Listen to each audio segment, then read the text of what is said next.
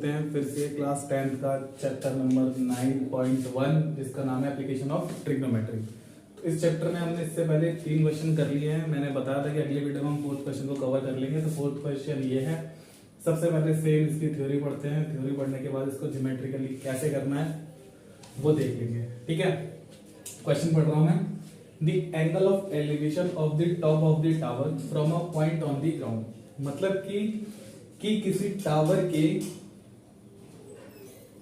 Top से, है ना, ये कोई टावर है, इस टावर के टॉप से मतलब ऊपर वाला बिंदु होता है ना, बिल्कुल टॉप पे जो बिंदु होता है उस बिंदु से कुछ बिंदु पर, जमीन के कुछ बिंदु पर क्या बन रहा है, एंगल ऑफ एलिवेशन बन रहा है। ठीक है, विच इज 30 मीटर। मतलब कि क्या है, यहां से ये उसका टॉप है, यहां पर कोई ना कोई बिंदु होगा, इस बिंदु आगे बढ़ते हैं, which is 30 metre away from the foot of the tower. इस 30 डिग्री बिंदु फुट से कुछ बिंदु पर जो ग्राउंड से टच है उसकी दूरी कितनी है, 30 मीटर है। और उसके टॉप से, मीनार के टॉप से उस बिंदु पर जो एंगल ऑफ एलिवेशन बन रहा है, जिसे बोलते हैं उन्नयन कोण हिंदी में, तो वो कितना बन रहा है, 30 डिग्री। तो ये कितना बन रहा है, 30 डिग्री बन रहा है। और इसके फुट से इस पॉइंट पे इन दोनों के बीच की जो डिस्टेंस है वो कितनी है, 30 मीटर है।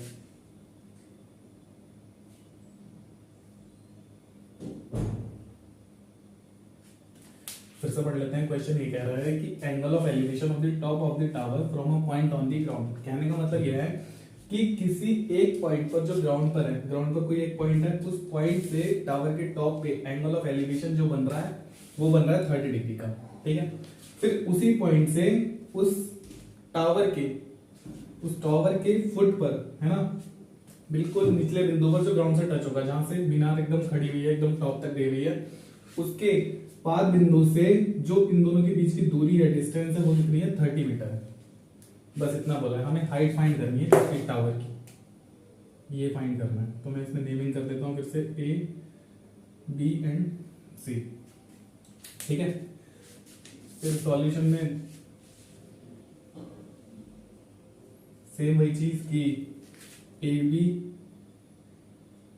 Is the height of the tower. ठीक है, ए बी क्या है, हाइट टावर की। एसी के बीच की जो डिस्टेंस है वो कितनी है, 30 मीटर।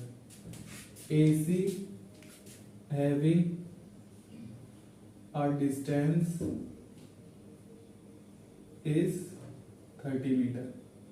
ठीक है, we have to find the height of the tower. हमें टावर की हाइट फाइंड करनी है। तो सबसे पहले यहाँ पर फिर राइट एंगल ट्रायंगल बन जाएगा, क्योंकि यहाँ पर ये क्या हो रहा है, 90 डिग्री का एंगल बनता है, तो इसे हम क्या बोल देते हैं, राइट एंगल ट्रायंगल। तो इसमें फिर in triangle A B C, same वही चीज, इन ट्रायंगल ए बी सी।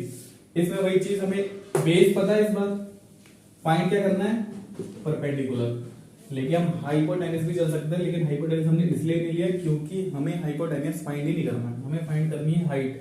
तो हाइट फाइंड करने के लिए हमें बेस तो लेके चलना ही पड़ेगा, क्योंकि वो गिवन है, और जो चीज फाइंड करनी है वो लेके चलनी पड़ेगी। तो बेस और परपेंडिकुलर किस में आता है, जरूरी नहीं है कि जो बेस है वो ऊपर ही होना चाहिए, नीचे भी हो सकता है, कोई दिक्कत नहीं है। तो ये दोनों चीज होनी चाहिए, मतलब कि बेस और परपेंडिकुलर दोनों चीजें होनी चाहिए ट्रिग्नोमेट्रिक फंक्शन की। तो P अपॉन बी या B अपॉन बी किसमें आता है, tan थीटा में आता है। ठीक है, tan theta is equals to P upon B. ठीक है, tan थीटा इक्वल्स टू क्या होता है, P upon B, perpendicular upon base. Perpendicular कितना है हमारा, ए बी, बेस कितना है हमारा, ए सी। तो tan थीटा की जगह कितना आ जाएगा, 30 डिग्री आ जाएगा। Same 30 degree is equals to A B हमें फाइंड करना है, ए सी हमारा कितना है, 30 डिग्री, सॉरी 30 मीटर। 30 डिग्री नहीं है, ए सी हमारा कितना है, 30 मीटर है। tan 30 कितना होता है, tan 30 होता है हमारा, देखो 1 तो tan 45 होता है। ठीक है, √3 tan 60 हो जाता है। तो tan 30 कितना हो जाएगा, 1 upon √3। A B is equals to 30। Cross multiplication करेंगे तो क्या हो जाएगा, यहां पर करके दिखा दे रहा हूं। ठीक है, तो ये हो जाएगा √3 AB is equals to 30, AB is equals to 30 upon √3। छोड़ने को यहाँ पर भी छोड़ सकते हो, लेकिन कई बार ऐसा होता है क्वेश्चन में, अगर हम डिनोमिनेटर में रेशनलाइज कर लेंगे तो इजी हो जाता है, अच्छा लगता है देखने में।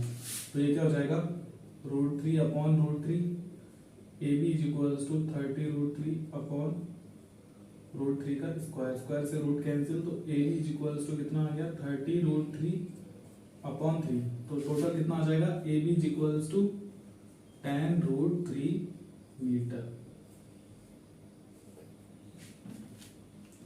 ठीक है, क्योंकि 10 टाइम में चला गया ना, 3 10 जा 30, √3 सेम आ गया।